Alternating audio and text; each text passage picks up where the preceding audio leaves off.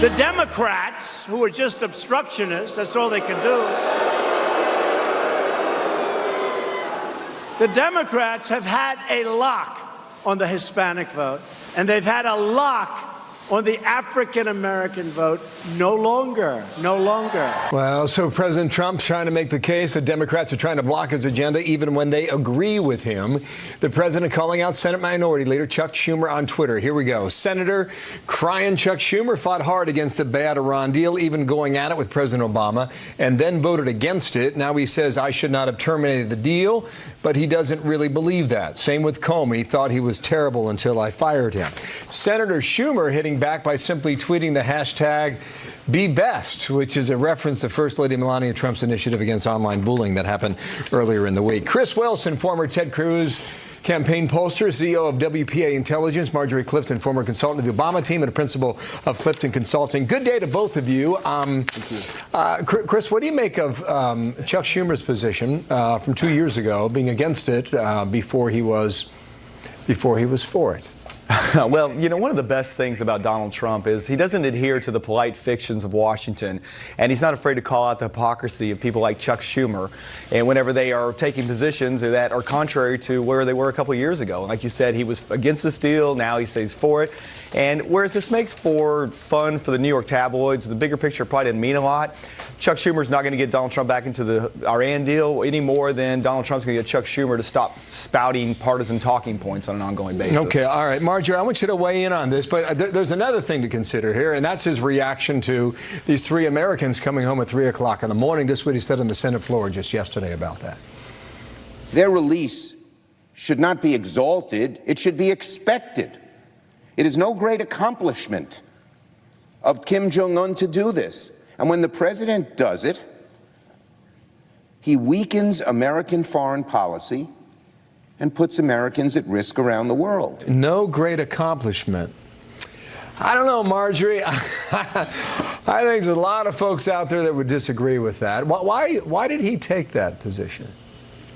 Well, first of all, I'd say it's okay for people to disagree. I think a healthy government has tension, has debate around issues. Three Americans how we came debate. Home. Safe, well, no, but sound. But the point I want to make is that how we debate those, the words we use. So first of all, name calling, especially by the President of the United States, is just not acceptable. It's not acceptable by anyone. Schumer pushing back on the release of the Americans, he's not the only one. So John McCain also was pushing back on this. You had former CIA Director John Brennan pushing back on this. Why not just celebrate it? I mean, is it that hard? This is a really good moment. You know how many people got up in the middle of the night to watch these men come home? That was a cool, patriotic USA red, white, and blue day. Mm-hmm.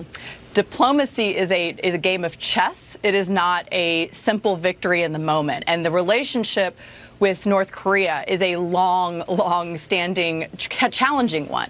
And so celebrating a victory isn't it just as simple as celebrating a victory. It has to do with why were those people detained? Should they have been held in the first place?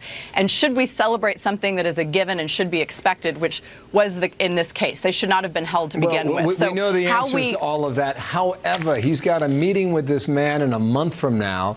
Mm-hmm. You can see what he's doing, Chris. He's trying to keep the relationship together. Yeah, he is. For the moment. I mean, do you agree with Marjorie on those points? No, I don't. Well, I do agree that, look, the hostages should have never been taken. But, you know, if Dennis Rodman had negotiated the release of these hostages, Chuck Schumer would have dyed his hair pink in celebration of Rodman's success here.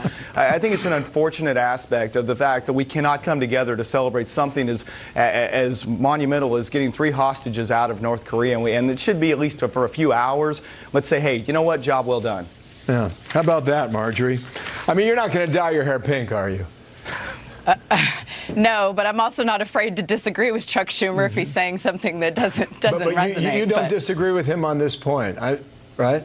What I do understand is that international diplomacy is complicated, just like with Russia. I mean, it's the same criticism that Trump is receiving from Republicans and Democrats alike about celebrating Putin in one moment and then pushing back in another. It's a complicated relationship. And so, again, that's why I trust people who study this, who've been in that for a long time, like John McCain. And I think we just need to be thoughtful about it. It's not as simple as publicity and media on any topic, any of these topics. I understand the argument you're making. However, Chris, without the pressure of James Mattis, without the big-time talk of now President Trump, this is likely not happening. Yeah, I think the three of us can agree on that.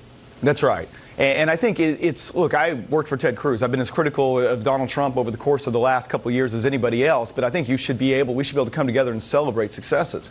And this is inarguably a success. And I think we've got to look at his approach to foreign policy and say he has been successful. And candidly, in the last couple of years, far more successful than Barack Obama was in 8 years. And I think that's almost inarguable to partisan differences.